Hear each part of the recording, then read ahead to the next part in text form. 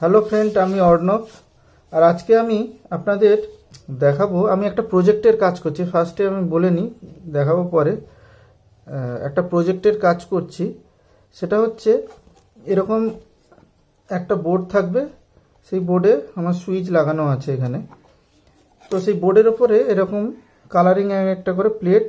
তো সেই প্লেটটা যখনই আমি চাপ দেব, ধরুন এটাতে আমি প্রেস করলাম, প্রেস করলে পেছনে লাইট জ্বলবে আর যে ছবি থাকবে সেটারই মিউজিকটা হবে। এটা এরকম নানা রকম ছবি থাকবে, যে ছবিটা থাকবে সেই ছবির আওয়াজটা পাবেন।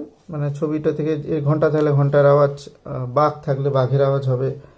আর যখন এটা প্রেস করবে আওয়াজটা হবে আর পেছনে লাইট জ্বলবে।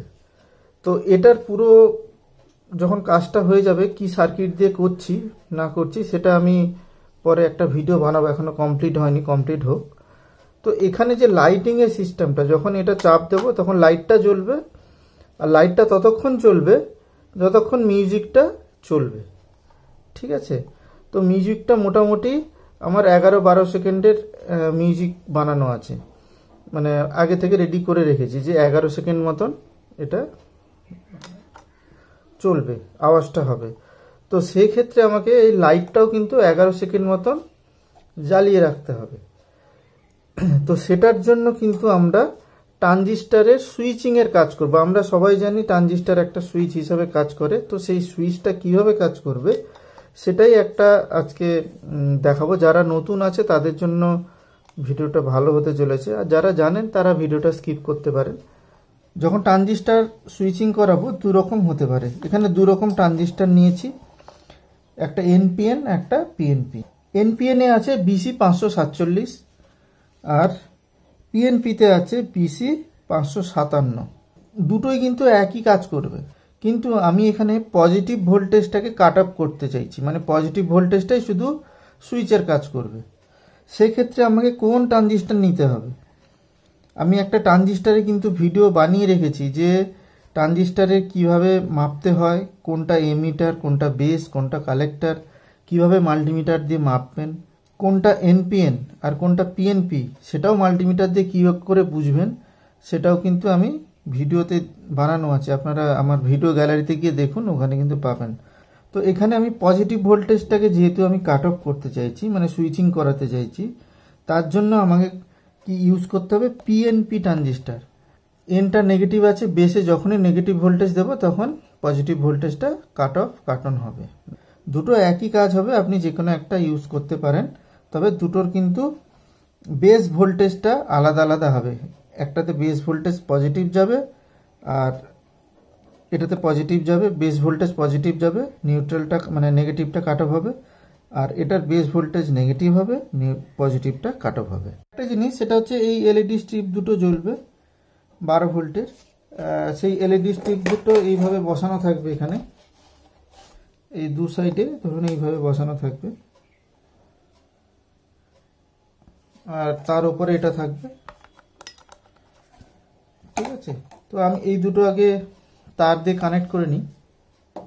এই BC 557 নিয়েছি। তো এখানে আমরা কি করছি, এই পিনে সরাসরি পজিটিভ ভোল্টেজ দিয়ে দেবো।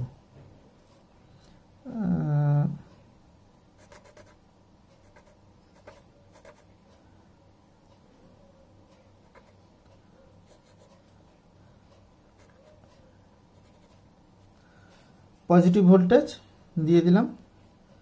এবার এলইডিতে কি করব, এলইডিতে আমার নেগেটিভ ভোল্টেজ আর পজিটিভ ভোল্টেজের জন্য কি করব, এলইডিতে আমি ডিরেক্ট নেগেটিভ ভোল্টেজ দিয়ে দেবো। সেটা এলইডিটা এঁকে নিচ্ছি।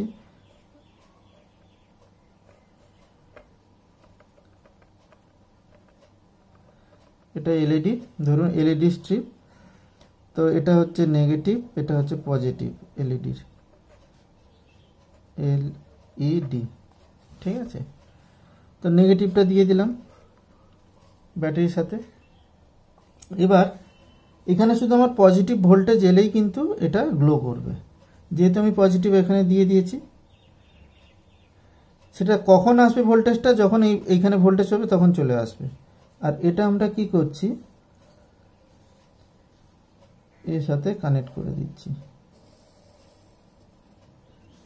ড্রটা ঠিক হচ্ছে না, পজিটিভ ভোল্টেজটা এর সাথে কানেক্ট করে দিয়েছি। ঠিক আছে, এইবার আমরা বেসে নেগেটিভ ভোল্টেজ দেবো, মানে এখান থেকেই ভোল্টেজ দেবো। সেটা কিন্তু ডিরেক্ট কানেক্ট করব না, দিলে কিন্তু আমার ট্রানজিস্টর পুরো নষ্ট হয়ে যাবে গরম হয়ে।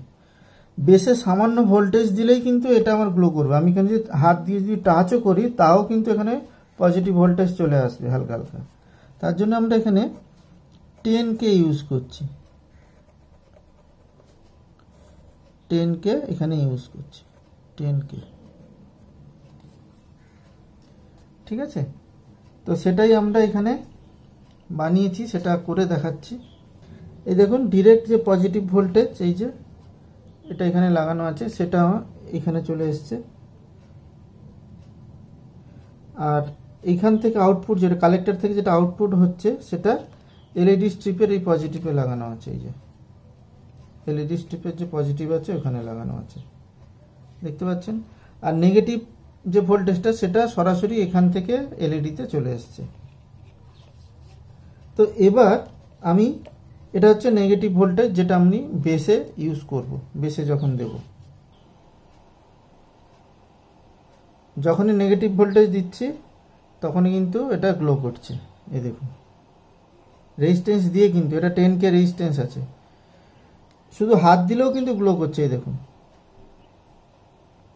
ঠিক আছে, কিন্তু এইখানে একটা সমস্যা আছে, সেটা হচ্ছে যখন আমার ভোল্টেজ, ধরুন এটা আমি সুইচের কাজ করছি, যখন push switch push to on করব তখন এই নেগেটিভ ভোল্টেজটা এখানে অফ অন হবে। এইবার এইখানে যখন ইউজ হচ্ছে না তখন দেখুন হালকা কিন্তু জ্বলে আছে, এই যে দেখতে পাচ্ছেন হালকা জ্বলে আছে। আমি কিন্তু বেসে কোনো ভোল্টেজ দিইনি, তাও জ্বলে আছে। তার কারণ হচ্ছে এই বেসে যে ভোল্টেজটা আছে সেই ভোল্টেজটা সামান্য ভেতরে, কি বলবো, সামান্য আসছে বলে এটা কিন্তু হালকা জ্বলে আছে। তো সেটা রিমুভ করার জন্য কি করব, এটা কিন্তু এখন গ্লো করে আছে। এই এমিটার থেকে এই বেসে একটা রেজিস্ট্যান্স কানেক্ট করে দিচ্ছি, এমিটার থেকে বেসে। আগে যেমন জ্বলছিল সেই জ্বলছে না, যখনই এটা খুলে দেবো দেখুন জ্বলতে শুরু করবে। দেখুন, এই দেখুন, দেখেছেন? এই জন্য আমরা এখানে বেস ভোল্টেজে এমিটার থেকে একটা ভোল্টেজ দিয়ে দেবো। আচ্ছা, এরপর এই যে বেসে যে 10K দিয়ে আমি ভোল্টেজটা দিচ্ছি, যদি কারোর ভোল্টেজ কম বেশি লাগে সেক্ষেত্রে এখানে ভেরিয়েবল রেজিস্ট্যান্স ইউজ করলে আপনি যত এটাকে ঘোরাবেন তত ভোল্টেজ কমবে বা বাড়বে। এটা হয়ে গেল। এরপরে যখন আমি এটা টাচ করছি দেখুন বেসে, তখনই লাইটটা ফুল গ্লো করছে, তারপর বন্ধ হয়ে যাচ্ছে। হচ্ছে আর একটা মজা, সেটা হচ্ছে আমি যখন এখানে সুইচ একবার টাচ করব, এইটা জ্বলে থাকতে হবে 10 সেকেন্ড কি 15 সেকেন্ড কি 12 সেকেন্ড, সেটা জ্বলে থাকতে হবে। তার জন্য আমাকে কি করতে হবে, বেসে তাহলে ভোল্টেজটা কন্টিনিউয়াস দিতে হবে। তো বেসে ভোল্টেজ আমাকে সবসময় দেওয়ার জন্য আমাকে এখানে একটা তাহলে কন্ডেন্সার ইউজ করতে হবে, যাতে বেসে নেগেটিভ ভোল্টেজ আছে, তো নেগেটিভ ভোল্টেজটা যাতে সবসময় এই বেসে পেতে যায়। এখানে একটা আমি 220 mmFD লাগাচ্ছি, এটাতে কতক্ষণ থাকে জানি না। যেহেতু বেসে নেগেটিভ ভোল্টেজ, তার জন্য নেগেটিভটা বেশি থাকবে আর পজিটিভটা এখানে চলে আসবে। এইখানে আমরা কি করেছি না, এই বেসের সাথে এই যে বেসের যে এই যে ভোল্টেজটা আছে, এই রেজিস্ট্যান্স, এইখান থেকে একটা ক্যাপাসিটর এর সাথে যোগ করে দিয়েছি। এটা ক্যাপাসিটর পজিটিভ, এটা নেগেটিভ। তো এই ক্যাপাসিটরটা কানেক্ট করার ফলে যখন এখানে একবার সুইচিং হচ্ছে তখন ক্যাপাসিটরটা চার্জ হয়ে যাচ্ছে, সে তখন বেসে ভোল্টেজটা কন্টিনিউয়াস দিতে থাকছে, তখন এই ভেতরের সার্কিটটা কমপ্লিট হয়ে গেছে, তখন এই এলইডিটা জ্বলে থাকে। এটাই হচ্ছে একদম বেসিক জিনিস। কমপ্লিট হয়ে গেছে, আমি আপনাদের দেখিয়ে দেবো। আমি 10 সেকেন্ড কি 11 সেকেন্ড এটা জ্বালানোর জন্য করেছি। সরি, এখানে একটু ভুল হয়ে গেছে, লেখাটা ভুল হয়ে গেছে।